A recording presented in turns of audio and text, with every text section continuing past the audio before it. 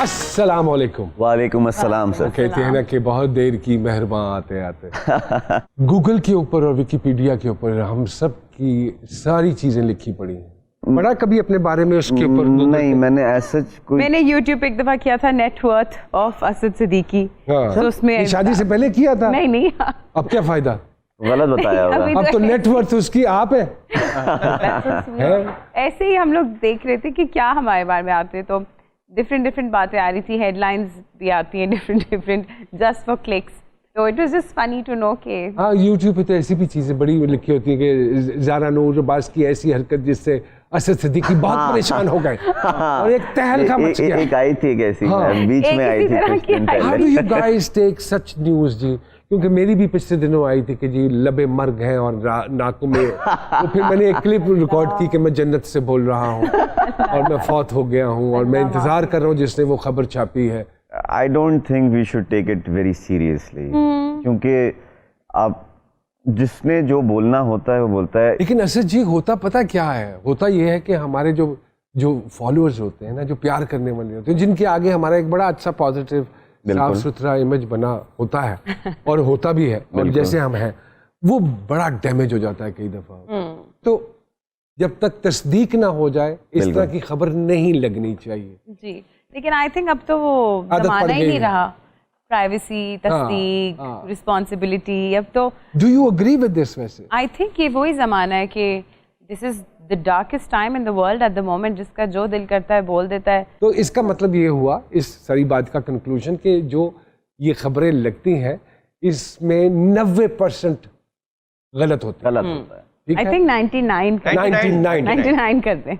हाँ है ना? नहीं, उस पे फिर जवाब। लेकिन वो जो नेटवर्थ वाली आपने इंक्वायरी की वो क्या निकली थी, जरा वो तो बताएं। कुछ नहीं, हम बस मैं और मेरी जो है सिस्टर इन लॉ रेहाब, हम लोग घर पे बैठ के बस यूट्यूब करते रहते हैं ऐसी चीज़ें। तो ऐसे ही आ गया, किसी एक्टर के बारे में नेटवर्थ आ रही थी, तो हमने कहा अच्छा हम अपनी भी देखते हैं हमारे बारे में लोग क्या सोचते हैं। तो हम भी बहुत नेक्स्ट लेवल, कहीं न्यूजीलैंड में हमारे फार्म हाउसेस थे।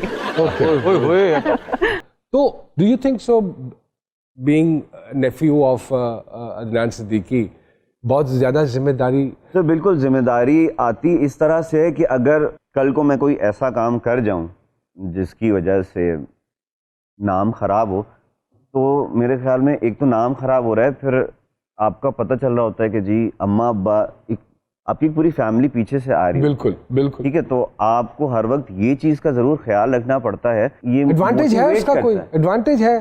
तो डिपेंड करता है एडवांटेज आप किस तरह से लेते हैं, किस तरह से लेते हैं।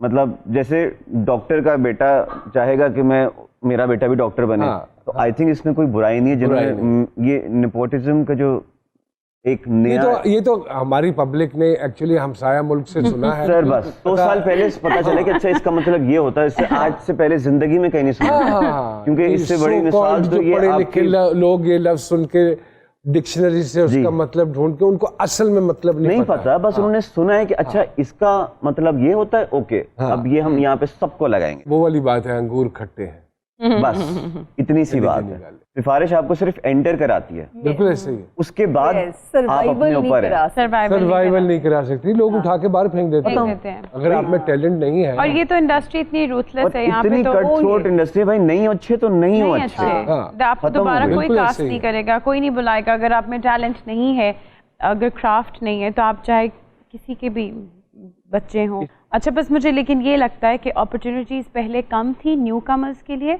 जो आउटसाइडर्स थे, बट अब बहुत सारे चैनल्स ने बिल्कुल बहुत यकजहती से ये किया है कि भाई हमने न्यू कमर्स को बाहर से ऑडिशंस करके मंगवाना है, करना है। और अब तो सोशल मीडिया पे आप अपनी एक तस्वीर डालें, आप ऐसे वायरल होते हैं और ऐसे आपको पिक कर देते हैं। बिल्कुल ऐसे। But you also face the same kind of thing, nepotism so called, जिसको हम कहते हैं। नेपोटिज्म आई थिंक मुझे कमेंट्स में किया गया कभी नहीं, कमेंट्स में मैंने कभी कभी सुना है, पढ़ा है, बट इंडस्ट्री में ये है कि खाला की वजह से आपका जो माशाल्लाह वालदा जी, खाला, अम्मा, पूरा खानदान, अदनान मामू, सबकी वजह से आई थिंक तो एक था ना, इधर तो घर पूरे का पूरा टब्बरी माशाल्लाह आई थिंक प्यार सब करते हैं, प्यार सब करते हैं, डांटता नहीं है कोई कि अच्छा नहीं अपनी घर की बच्ची है, बट अगर कोई डांट दे तो वो मुझे होता है कि you know I am sure that they want my betterment.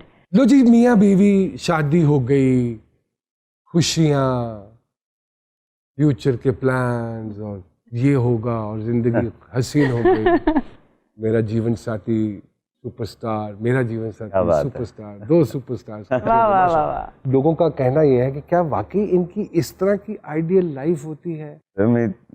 I think कितने साल हो गए? 3-4 साल हो गए? 3 साल हो गए? 5 साल होने वाले हैं। 5 साल होने 5 साल होने वाले हैं इंशाल्लाह। और लगता है कि अभी कल की बात है। नहीं नहीं भाई, सर नहीं लग रहा है। नहीं, उधर से लग रहा है। एकदम से लग रहा है कि 5 जिस तरह साल एकदम असद जी ने कहा है ना, नहीं नहीं कल की बात तो बिल्कुल ही नहीं। नहीं लगा है कि हमने वक्त गुजारा है साथ। ये बड़ी पॉजिटिव बात है जो असद ने की है। इसका मतलब है कि लगता है कि जैसे हम जन्म जन्म से साथ हैं। तो ये नहीं, तो और मुझे पॉजिटिव लगता बात है। है।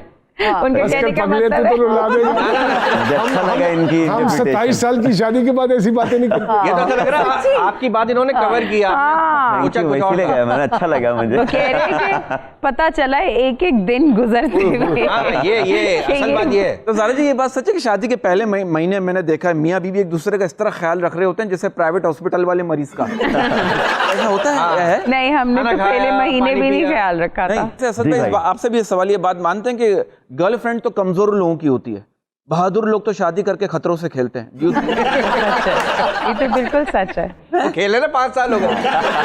मान सर, पाकिस्तान में बदकिस्मती कोई हुकूमत 5 साल पूरे नहीं करती। अगर आपने 5 साल पूरे कर लिए तो बस आप सेफ जोन में आ गए हैं। अल्हम्दुलिल्लाह। हाँ। सर बड़ा क्यूट कपल है सर, मजा आता है इनकी बातें सुन के, इनको देख के बड़ी पॉजिटिव।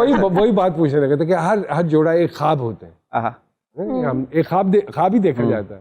क्या वो ख्वाब ताबीर में बदलते नजर आते हैं जी दोनों को? मुझे लगता है शादी बिल्कुल फिल्मों वाली नहीं है, और शादी वही लोग करें जिनको रिस्पॉन्सिबिलिटी चाहिए जिंदगी में, या स्टेबिलिटी चाहिए, या बच्चे चाहिए। शादी में कोई रोमांस नहीं है।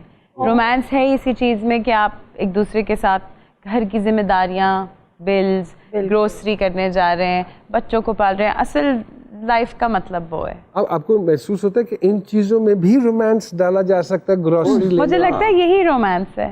अच्छा, असल रोमांस यही यही romance। मेरे ख्याल है। में मेहंदी माइयों तक होता है बस। हाँ। तो खानदान वाले मेहंदी मिलते मायो, हैं। हाँ, वो भी एक फीलिंग होती है कि यू नो अनएक्सप्लोर्ड एक रिलेशनशिप है, उसमें क्या होगा जब अगले दिन पता चल जाता है कि क्या होगा। तो फिर आप कहते हो एक परसेप्शन है पब्लिक की कि ये तो एक हनीमून पीरियड है ना जी, उसके बाद मियाँ बीवी की एक प्रैक्टिकल लाइफ शुरू बिल्कुल। होती है। तो वो कितना पीरियड है और कितने अरसे के बाद प्रैक्टिकल लाइफ शुरू हो जाती है? आई थिंक निकाह के अगले दिन शुरू हो जाती है प्रैक्टिकल लाइफ।